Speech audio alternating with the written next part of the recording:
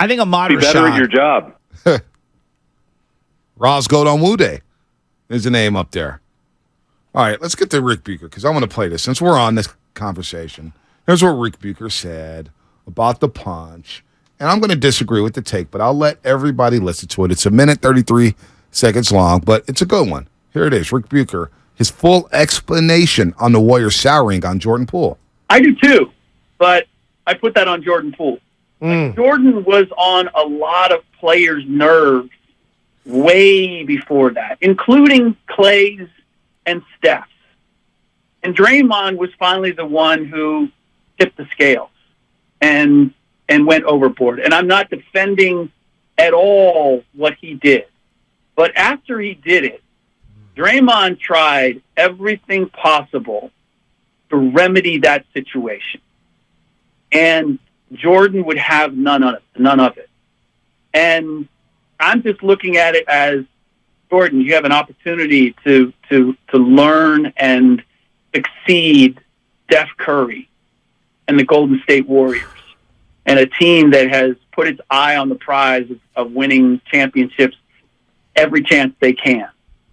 And you can't get over this situation with Draymond when Draymond's going to be gone at some point, and this is going to be yours. You couldn't see the big picture, and instead remained difficult, made sure that elephant was still in the room.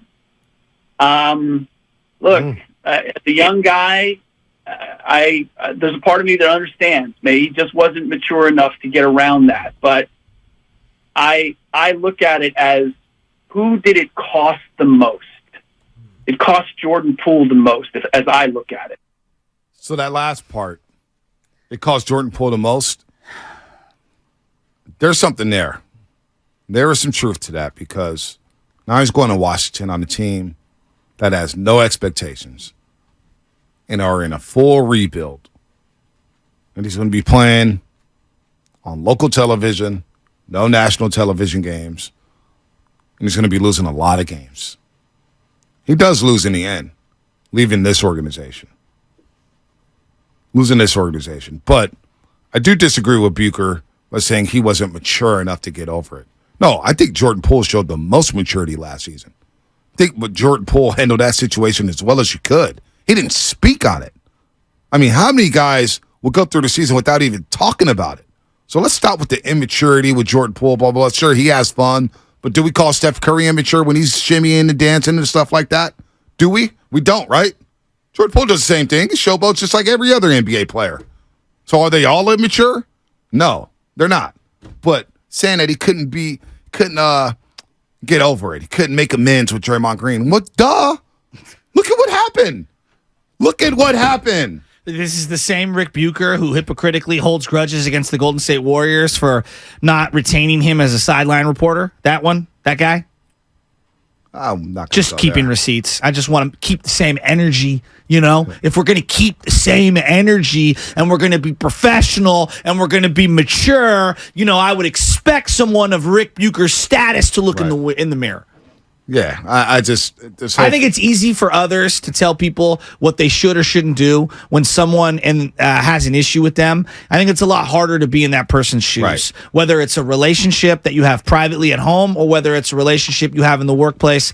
We don't understand or know the entire dynamics or the feelings or anything like that. And in a sensitive world that we live in this modern era where everything offends everyone, I find it pretty interesting that we're expecting somebody who got punched in the face physically, caved in, and then embarrassed and is continually being embarrassed. I mean, I'm making jokes about, the doc would be called The Last Punch. And that's what everyone's doing. Everyone's making jokes. And who's the butt of the joke every single day? It's Jordan Poole. So I think it's a lot easier said than done to say get over it. Right. No, it is. Very easy to say, just get over it, go play basketball. Go travel the country with this guy playing basketball who just punched you in the face. And he's the spokesperson basically for the organization, podcast and doing all that stuff. And I got no problem with Draymond Green doing the podcast or whatnot. Whatever. But don't decide that Jordan Poole needs to get over it. He never got over it. It's obvious. He looked up to Dre. Whatever was said between those two guys, it shouldn't have come down to that right before the season. Right before the season when the vibes were great. Vibes coming out of Tokyo. Remember how we were feeling, Dub Nation? When they left Tokyo, Japan, they had the preseason game against the Denver Nuggets. We're like, man, it's a vibe. This team's about to go. They're going back to back. The youngsters are now playing. Kuminga, Wiseman, two-man game. Oh, wow, look at that. And that punch killed the vibes. It did. But it also killed the spirit of Jordan Poole.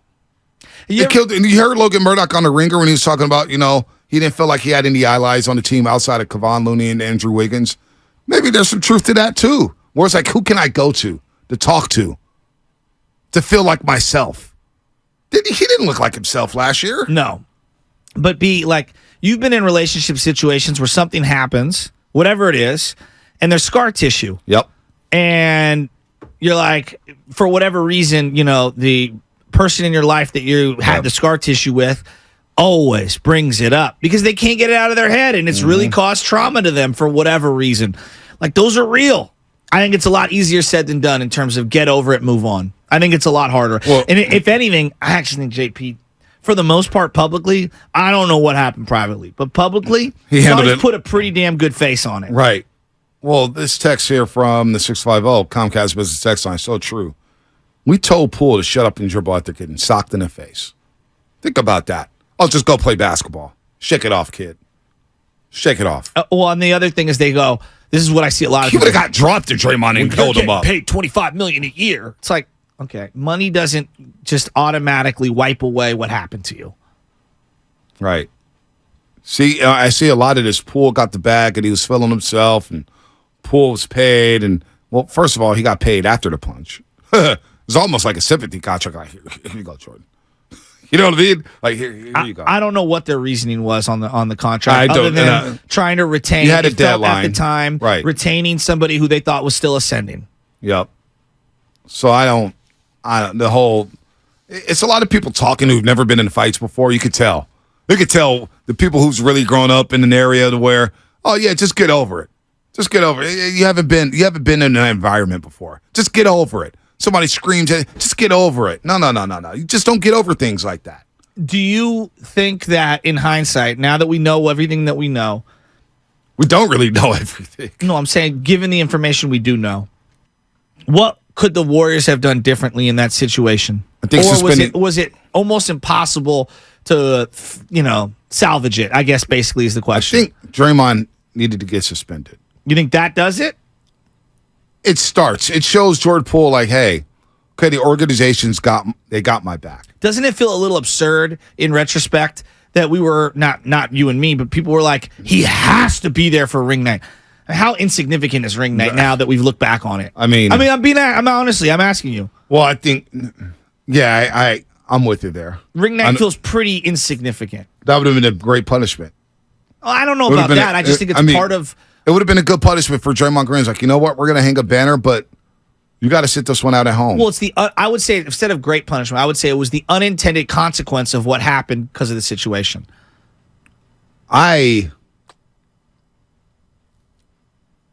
There's a couple things too. There's another thing that I was that's what it was. The Warriors coming out saying that they have the biggest crisis on their hands, and they need to find out who leaked the video. I just thought that should have been handled privately. Yeah, sure. Somebody leaked the video. You need to find out who it is. That's terrible. Whoever leaked the video, awful. That should not have been leaked to the public. 2 days later, somebody was out to get the Warriors. Somebody was out to get Draymond. Somebody was out to get them. Whoever leaked that video. But the public perception. I mean, the video. When you're up there saying, we need to find out who leaked the video, that's number one on our minds. And it's like, number one on the mind should be rehabilitating Jordan Poole. Because he played like he had PTSD all season. Okay, this or that. Would you rather find out if Shanahan really wanted Mac Jones or who leaked the video? Wow. The video. Mac Jones is something else. All right, let's get to Coach Hall and Calvin before we break. Coach Hall, San Diego, what's happening? Hey, good morning, fellas. Hey, man, I just want to say I appreciate y'all every morning, man. I'm getting ready for my birthday this weekend, and I can't get my day started without listening to y'all. Appreciate that, man. Happy birthday, man. Happy 25th birthday. We won't age you. I appreciate it. About 10 years. But what I'm wondering, so all of these messages that JK been sending on IG, are other players happy that we re-signed Draymond Green? You know, because Looney's from Milwaukee. JK and Jay Poole were pretty tight. You know, I'm sure Wiggins was pretty tight. Everybody kind of like close in age range to him. I'm just wondering, are we done with the moves? Like, how does everybody else feel? Remember when Looney said Draymond has to earn our trust back? Like, has he ever earned it back? I just wanted to get y'all thoughts on that. It felt like he did at the end of the season with the way the players spoke about Draymond Green and Kevon Looney. I think slowly but surely, this would be a big year for Draymond Green. Mentoring Moody. I know Moody's come out to see Draymond Green this past offseason or this offseason. He's hung out with Draymond a little bit. Do know that. So he's taking in Moses Moody. He's always kind of wrapped his arm around Moses Moody. Moses Moody acts like a vet. JK reaching out to him, that's going to go a long way, I think, for this basketball team. So that helps if he doesn't have that leadership or that trust back yet. I think that helps getting that trust back when you embrace these youngsters, as you said on Paul George's podcast. Real quick, Ken Oberton Cal. Ken Oberton Cal, what's happening? What's going on, guys? How y'all doing? Good, man. How's St. Louis? St. Louis Cardinals, man. It's fair over here. It's first over here. We had an outage, and I was without electricity for 3 days, but that's on something else. I'm sorry, man. Sorry. But I can actually say I think Bobby Knight would be a great narrator. Oh. You know what I'm saying? Because he know about punches and everything. But all jokes aside, I think Bob Myers would be the great narrator for that one. But I actually went through getting punched. I had just won the Golden Gloves in Louisville. And I had just had a brand new girlfriend, my first love of my life, and I had to wind up coming back to St. Louis. And I put a $300 phone bill on my uncle's phone, which was my boxing coach, right? So I'm winning the Golden Gloves, and me and my uncle, for some reason, he asked me to spar with him, and I was getting the best of him. But all my uncle was doing was thinking about that bill that I had put on his phone, and he was just looking at my reel the whole time. I'm tearing them up, not paying attention that my uncle's just covering up. All of a sudden, he hit me right below the reel with an uppercut, man. Knocked all my wind out. He hit me 5 times. My tooth went through my lip before I hit the ground. So I can tell you what it feels like to get punched, man. But I love him, and it made me a better person and everything else like that. And I feel like Jordan Poole did something like Tiger Woods. Tiger Woods got that divorce and all that stuff came out. And a man who's been playing golf all his life forgot how to play golf, guys. Tell me if it's just me. That's a good but point. I think That's a good point. Go ahead. No, that's a really good point, actually. That's the trauma from all that absolutely affected his on course, performance. It's without a doubt.